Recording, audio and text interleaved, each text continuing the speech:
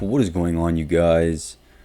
It's your boy, Chicken, Broccoli, and Rice here, and we're back with episode 34 of the Video Game Therapy series.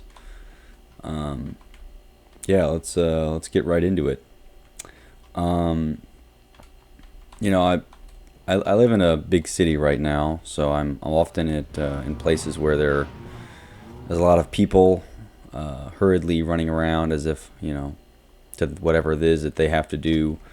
And, I just sit sometimes and kind of watch the hubbub, and, you can compare it to people running around an anthill of sorts, and, the individual people as ants, and can consider how important each person feels that their own stuff is, such that they, worry, cry, laugh, and whatever about all the stuff that they do, but ultimately, to everyone else, none of it was really that important, except a few other ants in their little tribe. But I don't know. It at times it feels immature even to be amongst just people that do what they do, thinking that it's like, I don't know, it's worthy of all of our. I guess we have nothing else to really devote all of our attention and care towards, so we have nothing else other than kind of whatever our life is. But I don't know. I tend to allocate a certain amount of my thought and effort just outside of whatever the fuck I'm doing. I guess you could call that just abstract thought, which maybe is why I disassociate maybe more from the individual personhood that people very much wrap themselves in, on a day. It's very easy to as well, and I don't necessarily blame anybody for overly wrapping themselves up in whatever they have to do today or whatever they have to do tomorrow or whatever's coming up next week. And we love to plan. We have these plans, these documents, and a bad plan is better than no plan. I agree with that for sure, but they're all bad plans. These plans never really, unless they're trivial, they don't really work. Non-trivial plans don't really work. Not to say that we shouldn't spend any time in the minutia of our day-to-day plans, but to me, I think, especially since we're not really fighting, most of us are at least, we're not fighting for biological survival of any kind. So what use is it really to, trouble ourselves so deeply with, ultimately, like, things that aren't that important, right? So, I mean, if you're a lawyer, you're probably making plenty of money, so, you don't really have to worry about that. You're probably going to buy whatever food you want. But, and of course I think you're obviously a better lawyer the more time you spend thinking about what, whatever case you're working on or something. But, at a certain point, that doesn't really matter to anyone outside of the people working on that case. Not to say it's not, but I don't know. Like the world would go on without you, even if you weren't the lawyer there. There'd be somebody else handling that, and ultimately, all that a lawyer's job is to be a law interpreter. But the law itself is just something a bunch of other people have decided. It's not really some biological truth, right? It's not like you're dictating how many meters per second squared gravity is that day. It's you're just kind of trying to read what some old person wrote who's long dead and twist it to whatever your client wants it to be, so that they don't get put in jail. Which again is all stuff that we've kind of created, just as other humans have created. It's not like these aren't godlike systems. I think that's what I'm getting at here, is that society in itself isn't this godlike system. Our institutions are not godlike creations. They're just human, as imperfect as humans are, which I think we can all accept. They're just creations that we've come up with. Why is this the process? Oh, it's stupid. Of course it's stupid. A bunch of stupid things made it. We made it. And to assign any more than, like, what I would even consider a child's level of creation value to it is hilarious in some sense. People, like, make such a big deal out of it. And I guess it's one thing just to, I've established the fact that I think abstract thought in and of itself is a privilege for those who don't have to survive by, hunting and foraging, meeting biological needs. But at the same time, I would then, hope to think that since we no longer have to trouble ourselves with these, the basic biological needs, what else is there to do other than to think abstractly about, our state? And I realize it's often not a fun discussion because, it's often it's often these questions of mortality. What happens when you die? There's all these other things that come up when you begin to think in the abstract. But I don't see another a higher purpose or calling beyond that truly abstract thinking. I mean, surely answers are not more in the minutia of these human, created systems, right? There's no amount of thinking about, the HR of your company that's going to lead you to any conclusion or any thought more profound. Maybe that's just, people just aren't after anything new, but maybe, like I said, I think people are driven by curiosity, and if that is, at least I'm driven by curiosity, but if that is fostered well in people, and I would conjecture that has potential to be our modus operandus, that there's no point in really wasting your time thinking about anything other, like, other stuff, right? I don't know. I mean, and maybe it's not that, you should just spend all day at work just trying to talk about and answer random philosophical questions. That's not really the point. I just more mean so in the sense that neglecting it entirely. People don't seem to spend any time thinking of it. And so I certainly don't either. I'm caught up in the minutia of day-to-day operations and, what am I eating? What am I doing? Work, school, whatever, gym, this and that.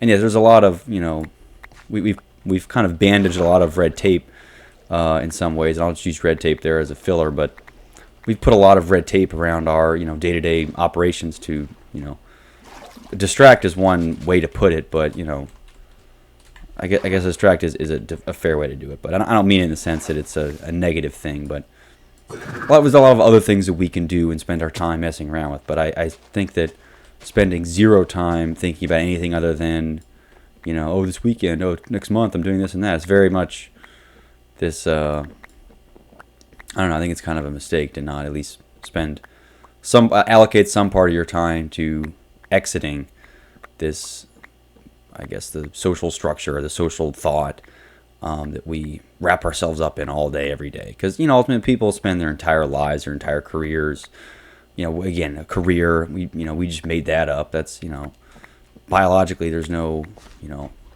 a career of a huntsman. There's no retiring in the village, so to speak.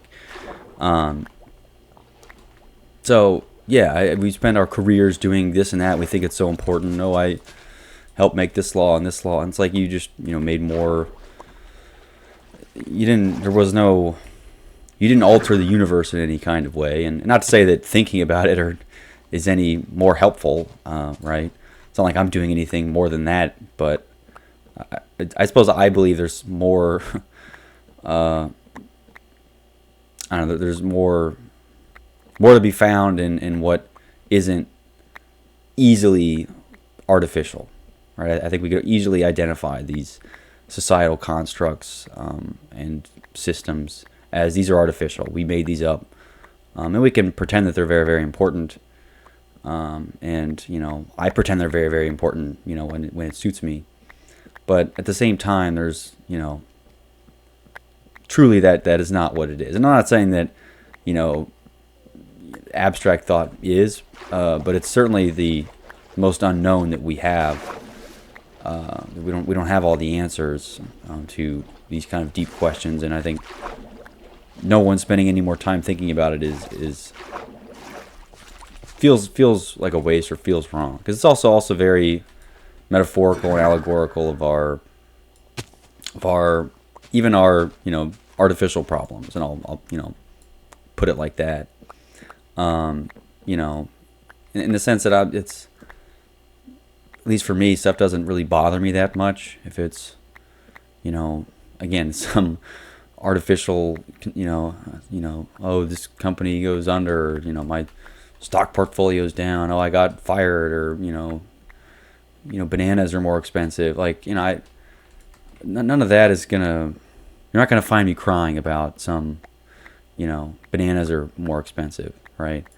There are just infinitely more interesting, or albeit unanswered, more non-artificial ideas and things that I would spend time thinking about. Often around our existence and life and death and the beginning and the end. And obviously sound like I'm some old man thinking about his life, and I would like to think I have much more to live, but at the same time, I think should we spend no time at all thinking of our temporal existence? And should we just,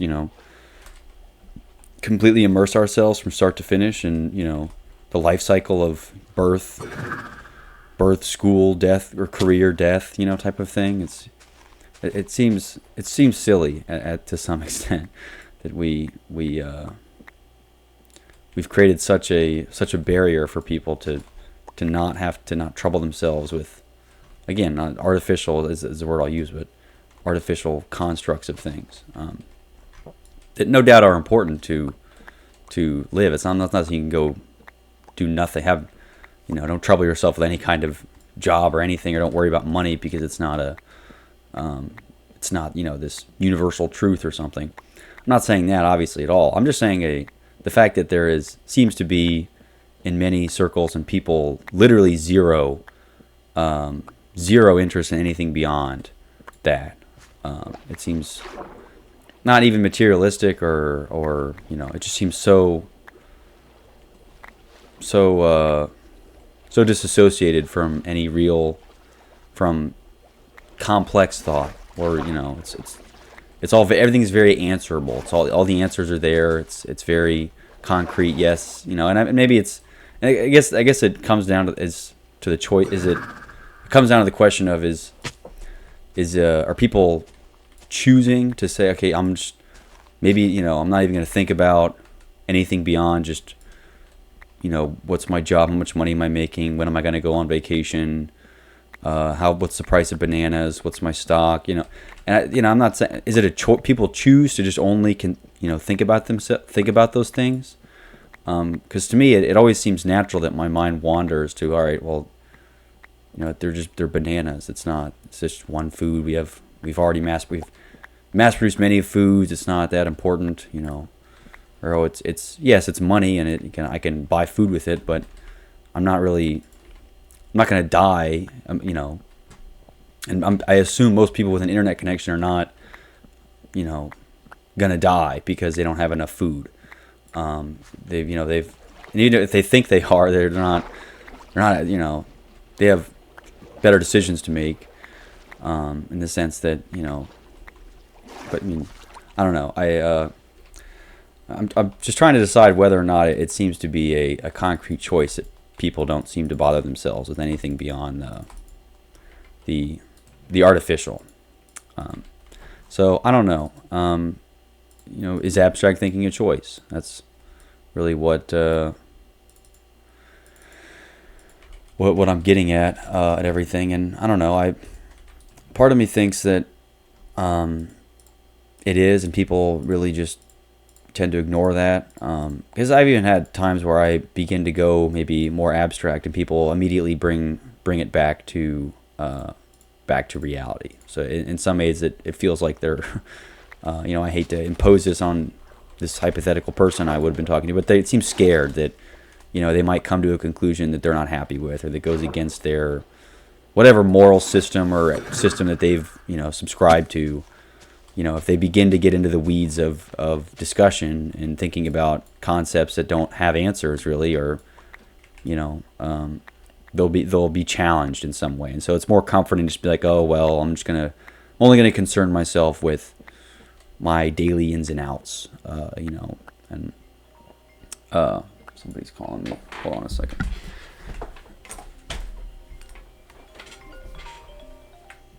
Okay, well, sorry. Yeah, so I don't know. Part of me thinks abstract thinking is a choice, and people just choose to not think that way.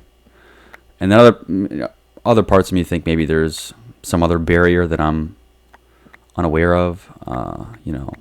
I think influence is very, very powerful, and there's almost nobody in your life that is ever influencing you to think abstractly. I mean, we think about creative thinking or abstract thinking in in the context of a creative writing class, but that's a means to an end. And I think true abstract thought is not ever a means to an end.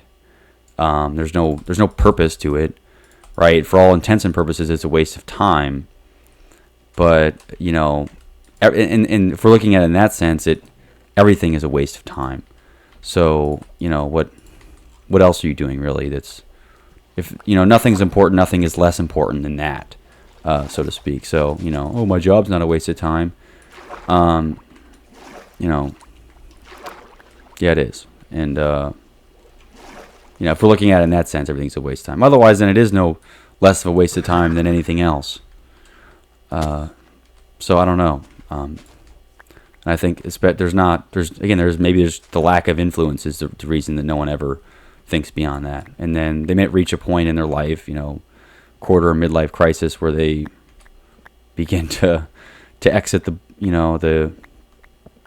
bubble of influence of whomever has been in their life, and they begin to consider some of these maybe higher order questions, and they go, oh, what have I been doing this whole time? What am I doing what am I doing?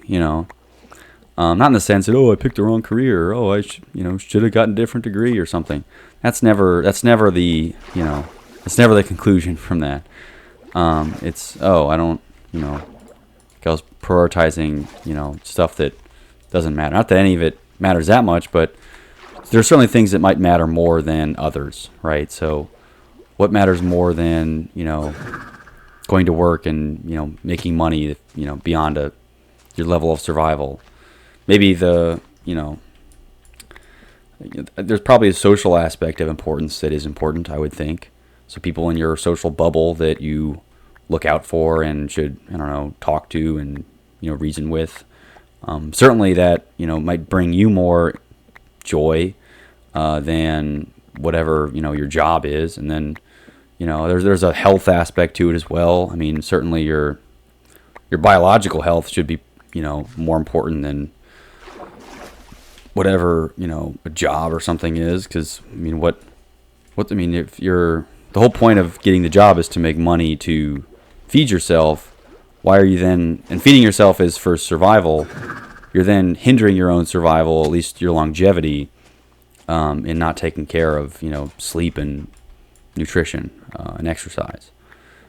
So maybe that's just a long-term versus short-term play, right? Making short-term, sacrifices at work to make more money such that your long-term health is better. But most people don't think of it that way. They don't think of it as, I'm going to sacrifice my long-term future for my short-term, financial, my long-term health, my long-term finances for my short-term health type of thing. It's more so they, just think that more money's going to, I'm not even sure, going to, they can buy fancier drugs or something later, instead of, more intelligently perhaps, just taking care of their health all the time. And then they don't really ever have to work, they're more likely to not ever even need the new expensive drugs that come out there, or surgeries that solve whatever problems they've created. We're under reverse, the example being like you work in a pressure cooker for 50 years and develop high blood pressure or something, so you get in order to make a bunch of money so that you can afford high blood pressure medication, and you're still going to fall over and croak because of a heart attack at whatever earlier age than normal, versus if you had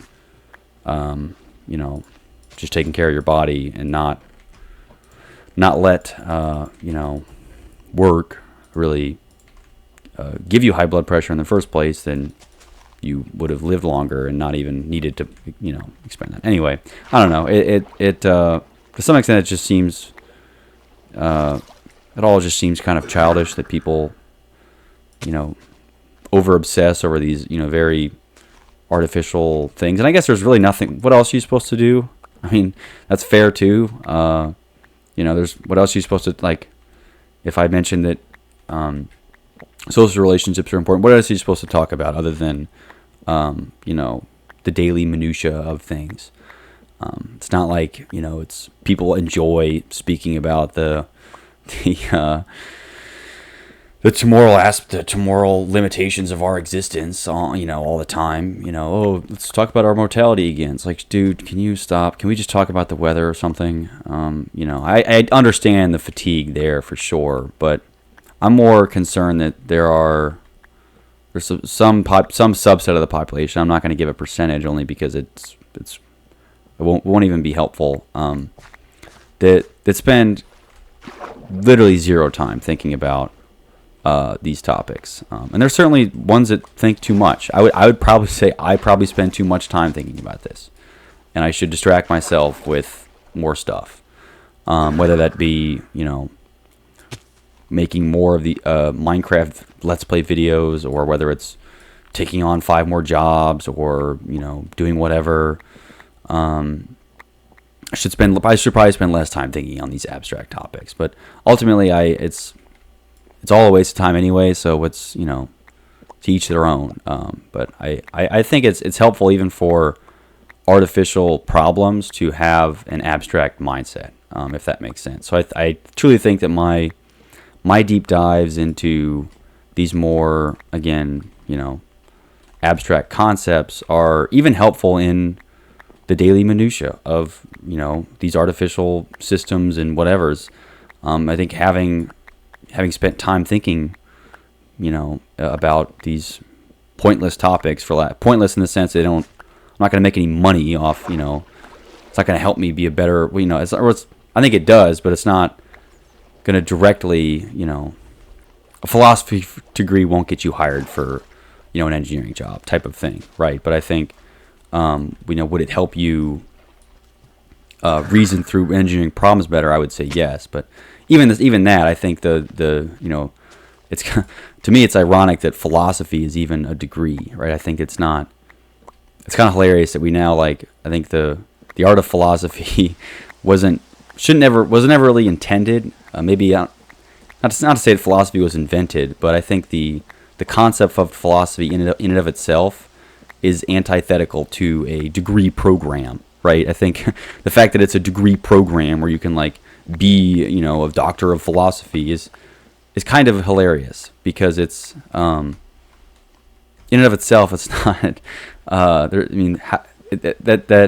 the fact that it's a degree program, it gives it a sense of measurement of success, right? And I think the whole purpose of thinking philosophically is that there's to understand and embrace that there is no quantitative level of you're right, you're wrong type of thing. It's more so a efficacy of questioning, right? And certainly there are helpful and unhelpful questions, and there is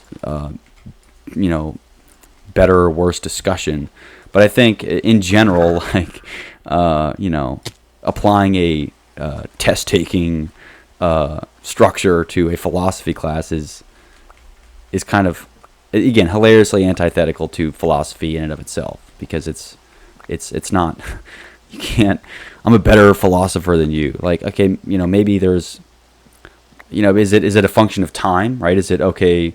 Student A spends 10 hours thinking abstractly and questioning, versus student B spends 20 hours. Does that mean student B is more, or is it and who judges the true value of these questions, right? A lot of times it's not.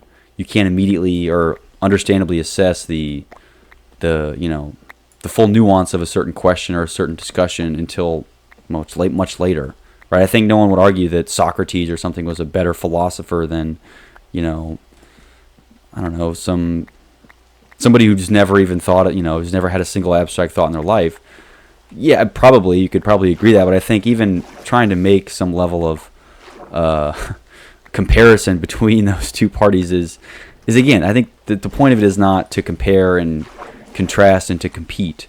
The competition aspect of philosophy is not isn't that stupid, right? Am I the only one that doesn't see that as being like it's anti-central, or anti-central to what philosophy is. So I don't know. I just find that to be interesting. So I don't know. I'm gonna get off this abstract thinking topic because I could probably spend all day talking about it, but it tends to go in circles most of the time. The real conclusion being, I think that there are people that spend no time thinking outside of and it's the ones I think that even are the ones that kind of stress themselves to death or kill themselves to death, is the ones that spend all this time worrying about, what's going on in the news, or what's the price of bananas, and sure, maybe, the price of bananas has a temporal effect on your happiness, you got to spend more money on bananas. And I'm using the price of bananas as a placeholder here. Again, if I really need to be concrete about what I mean. So, it's the price of bananas. It doesn't matter. It's not that important, right? Not to say that anything, it's not worth pulling your hair out over the price of bananas on one day. It's really not that important. None of it is that important. So, I don't know. There's certainly a healthier mindset than to go crazy over these, the artificial details of your, what this weekend, I'm not going to do, oh man, my food wasn't good, or, I'm not even sure what, people go, but you see it all around you. People that their hair turns gray, only because they're so concerned with what, their money, really? Money? That's just the price of bananas. It's all the price of bananas. Why is it? It's just not that. You're not suffering for biological life, for God's sakes. You're fat, It's the funniest thing. It's like you're not close to death in any. Like, you're actually putting yourself closer to death, thinking that it's helpful for you to be, stressing, killing yourself over these, the price of bananas today, and yesterday, in the last year. So, what are you doing? And I guess in that sense, it leads me to conclude that there are people that there's some amount of influence that is not irreversible, but not easily reversible. And there's no incentive from a business standpoint to reverse, influence of non-abstract ideology. It's all very gamified and competition oriented, and it's, in some sense, collaboration and competition are two sides of the same coin. Either way, it's all towards this common goal of building a better business together. Building a whatever, making more laws together, or apart, or whatever it is. Who cares? But it's all it's all just the price of bananas. It's really not that important. So anyway, I'll move on just because I belabored on that topic. So I want to talk. I hate to belabor on this point as well, just with technology, but I'm sorry, I'm a technologist, so it's interesting to me, and the developments are happening very quickly. So I feel like, have an obligation to talk about some of this, just even for my own benefit, to ground my own opinions on this, now. So that I don't, just for my own, even archival sake. But anyway, I want to talk about technology and the capacity for emotion. So I think I've talked about before that I've argued that humans don't have the emotional capacity to use technology. They lack the wisdom necessary to properly interact with systems that are ultimate, in many ways, godlike when compared to the capabilities of humans. But one way that it differs for me And I'll use numbers to help back me up here. So I think one of the latest, GPT model or something had like 1 trillion parameters, and is capable of, answering pretty much any question with, some amount of information. I mean, if you were to compare it to the average human, I think you would say it knows more than the average human, in the sense that the total amount of information it can recall, and the speed at which, it can recall it all. It's recalling it, across, however many devices and on however many different topics and different, all at once. But it's got about 100 trillion parameters. So its recall on that basis is powerful. The human brain, I think, is 100 trillion. And again, that's I think our best estimate as of now. So the human brain theoretically should be 100 times more powerful than this GPT-4 system. However, you'd be hard pressed to find, some person out in Kentucky who could, if you ask it any question you ask GPT-4, it's not going to, get any of the code right. It's not going to, not going to help you rewrite your legal document. It's not going to have any knowledge of any of that. So why is it that there's such a discrepancy? And of course, it's not. It's utilization's one thing, right? It's our brains do not biologically, our brains do not mimic these large language model systems, really any model system for that matter. I realize that neural network sounds. It's a bit misleading in the sense that it sounds, neural network, it's just like your brain. I think the idea of the neuron, it mimics that correctly, but it is not in any way a direct, like, we're not rebuilding a brain with these language models. They're able to reason only through, dare I say, pattern recognition. Which is very, very reductive of what they're actually doing. But in order to not get into the details, if you're not a computer scientist, it could be thought of as very, very, very advanced pattern recognition. And that's really machine learning as a whole. But the reason I brought this up is because, we're theoretically 100 times more powerful than these machines. So,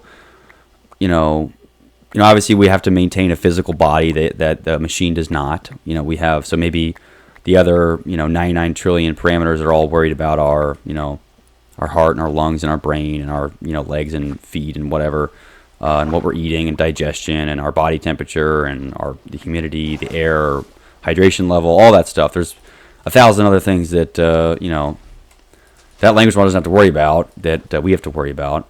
But the interesting thing, I think, is our concept of emotion, and if any technology would be able to replicate that. Now, if we speak in biological terms, emotion, so love is just chemicals in your brain, right? There's nothing special.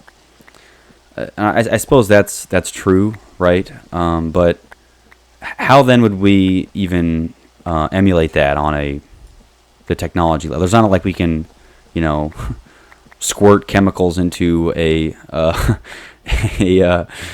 server's brain that's running this some kind of model and expect it to experience love. That's just not that really. It's not really how it works.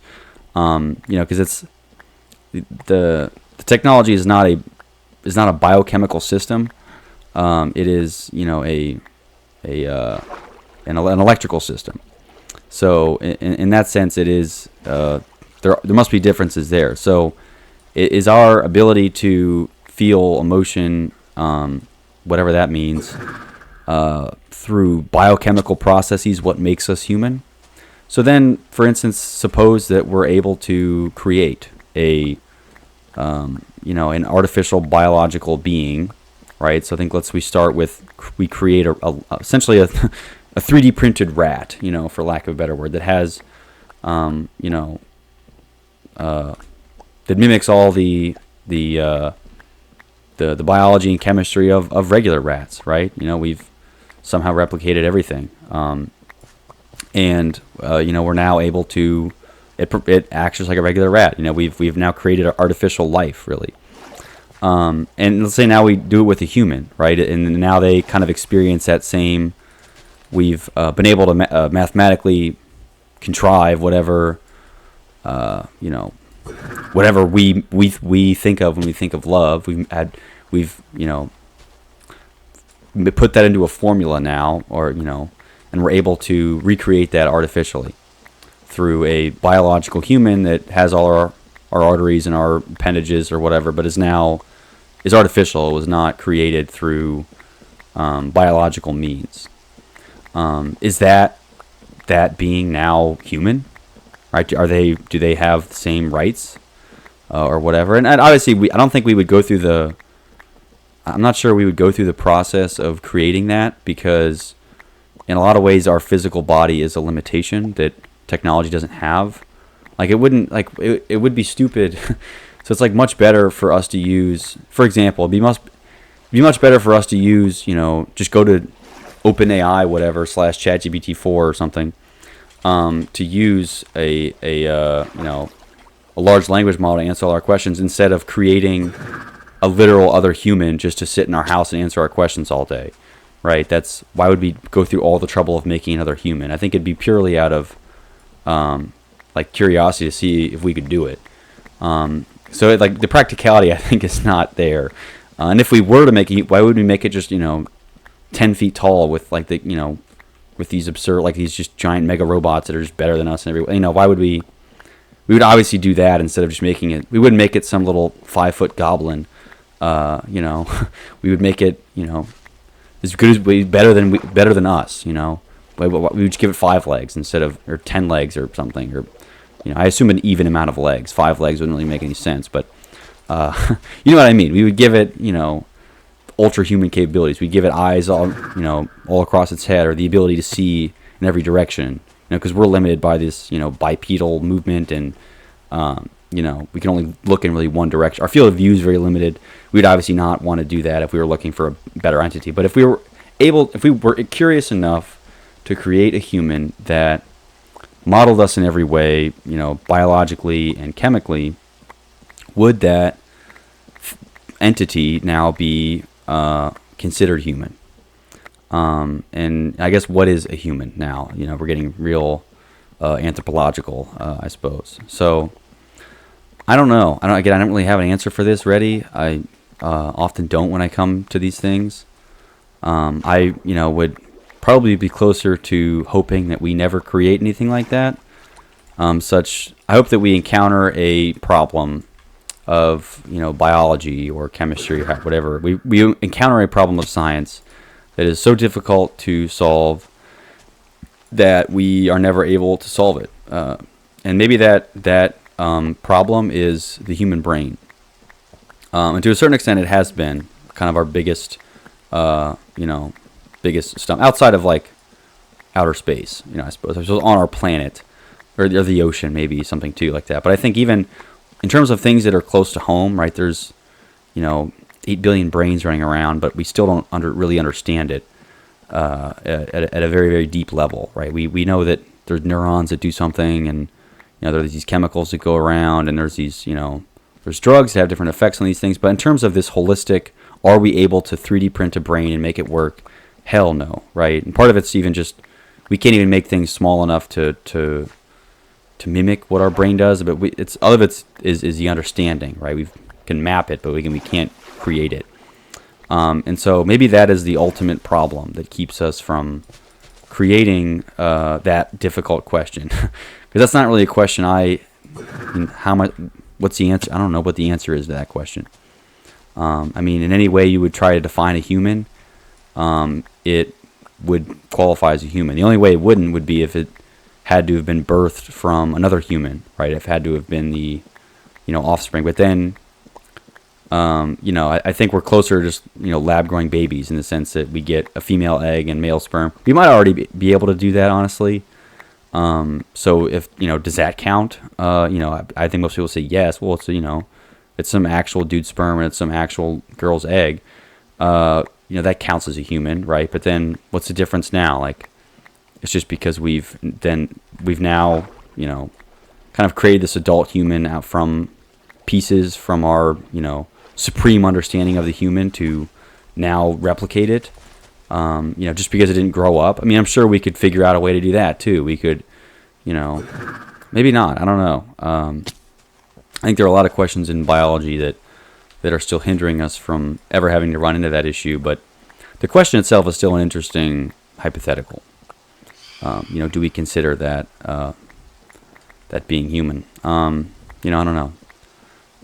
I suppose, again, I don't have a counterexample to say no, but I would hope that we never have to reach a point where that question has to be asked. At least I wouldn't have to be the one to answer that.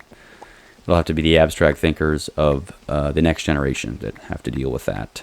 So good luck to them. I'm glad I don't have to deal with that, thank God. But anyway, very, very interesting idea. So on that same vein, I'm thinking, as we kind of compare ourselves, there was a quote, and I was, I'm stealing this from the Center for Humane Technology, but it was, I might butcher it too, is like humans have Paleolithic emotions, medieval institutions, but godlike technology. And that's especially true of our modern age. I mean, I think many people could, in terms of what we're used to in terms of technology, that was the printing press, right? That was something that someone could do by hand, but now we have, it's writing, master's thesis, things that we previously thought humans were only capable of. And it turns out no. But and I think in many ways people consider that godlike, and it really depends on how sensitive you treat the word God. But I'm going to use it pretty loosely here and just say that I'm going to use that quote.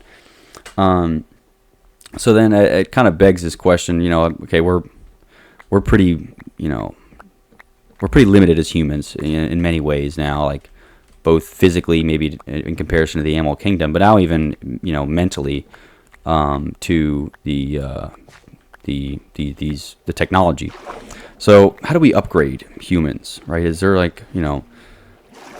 we go the bionic human route and just start extending our limbs, and the genetic engineering route, like I talked about last time, where we try to make us these uber chads, where we everyone's the ubermensch, and is just this create just these perfect humans through genetic engineering?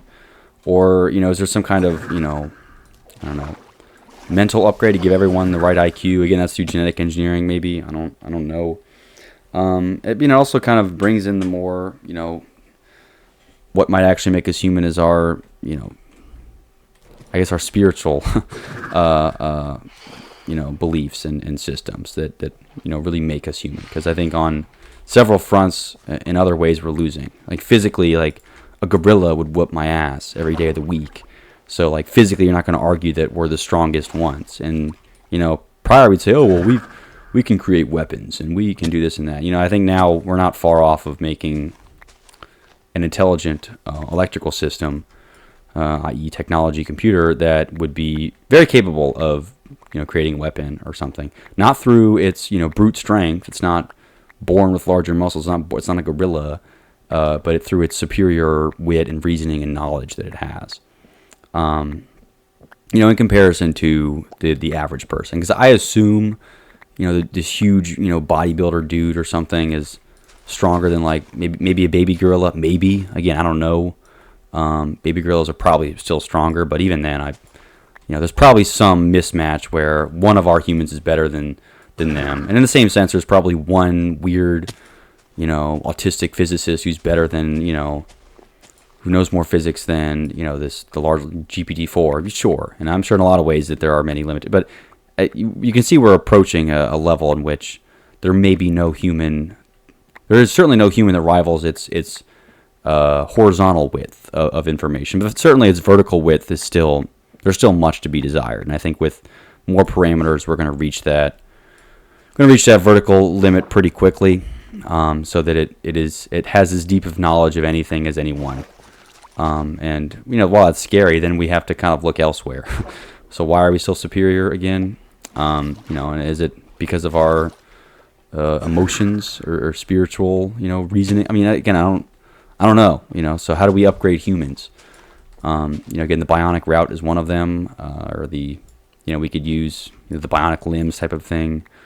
And there's probably also just some neurochemistry we could do to get us to be smarter. I mean, everyone just gets this drip of Adderall or something in their brain, and they're just these. I don't even really know how or some, the drug from Limitless or whatever. I've never even watched Limitless. I just know there's a drug that's like, that makes the guy like a genius or something. So do we all get that all of a sudden, and now we're able to rival these, large language model systems?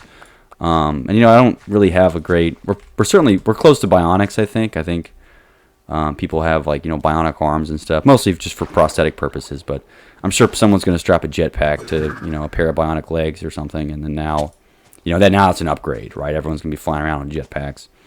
But where else do we go from there? Art? Are we just better at art? But then art is so subjective and so subjective might be the only word there.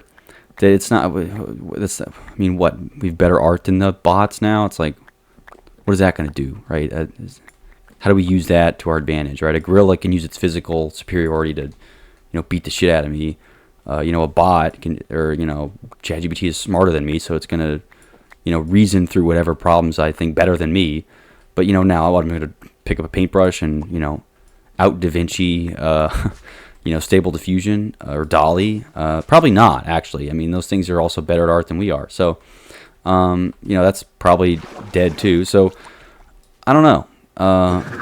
It's an interesting problem, and one kind of take is just to be the doomer of it. And I guess that's what I sound like right now. I'm sure is that, oh, we're screwed. We're not going to be able to do anything anymore. The robots are going to take over, and we should just lay down. No, I'm not saying that either. I just, we've shown great adaptability as a species. Not to say that is infinite, but we certainly have conquered many things in the past. Maybe nothing to this level, but it's always like that, right? Even in the Cinderella movies, it's like, oh, we've never experienced adversity at this scale before. And then, of course, lo and behold, they make it out. And of course, that's romanticizing our situation here. We truly haven't ever faced maybe, a threat, if we're going to call it that, at this level. But we've made it through before, and it's more beneficial for us to believe that this is some Hollywood movie that, don't worry, we got Ryan Reynolds, he'll help us, no matter what. And that's, it's funny, but we have no other choice to think like that, because the moment we choose to just say, oh, well, I surrender, it's right, it's over, then we don't even give ourselves, even the Hollywood chance, right? And look, I don't like the Hollywood chance even as much as the next guy, but if it's the best we have, then we have, we don't have another choice. So, and that even sounds like sounds like a Hollywood movie. We don't have another choice. It's the best choice we have, so whatever. Anyway, yeah, so again, there's not really a great, conclusion other than like, sorry, this seems like it sucks, but the good news is we're really slow at adopting a lot of new technology. I mean, people still do, look at our lawmakers. They're incredibly old. They're they're 50 years behind on anything that's modern. So maybe we have a good lifetime or two left before we really, everything starts catching up. I would certainly think that in terms of innovation, I think maybe at every point it's helped us. Innovating has always been helpful. It's always good to innovate. And maybe we're reaching a point where we should think about, or more ethically consider, the instead of innovating for innovation's sake, we should consider more implications of innovation. So having more, taking a more risk-averse approach to innovation might be helpful. Because I think our pursuit of innovation has really been at this all-cost, burn the bridges type thing, where it's, oh, well, don't worry about it. We'll fix it with tech later. Or we'll fix it up. We'll patch it up later. Don't worry about it. We just need to ship it. Maybe we're getting to a point where we should, more heavily consider, what are, really kind of future-proof our innovative structure. And I don't know what that looks like, so don't come to me for answers. I'm just saying on a general level, maybe we should more strongly consider what's going to happen if we do this, right? I'm sure it would be nice to create a human that has all, anatomically correct body parts, but I don't know. There's probably a good reason we all agree to not use nuclear bombs. on each other, because we could have done that, and we might still just go bomb each other to oblivion or back to the Stone Age. I don't know. Certainly, once with the luxuries I've had now, I wouldn't want to go back to the Stone Age. But I think after a generation of adjustment, it might be cathartic for them, and they might be thankful that we bombed ourselves back to the Stone Age. That people can now, subsist instead of thrive. They can subsist in a blissful ignorance instead of thrive in a painful knowledge. So, anyway, those are some pretty abstract, deep thoughts on a bunch of bullshit. So, hope you enjoyed this, whatever this was. If it got too doomer for you, I'm sorry. That was not my intention. I just kind of, again, there's not really a point to any of this.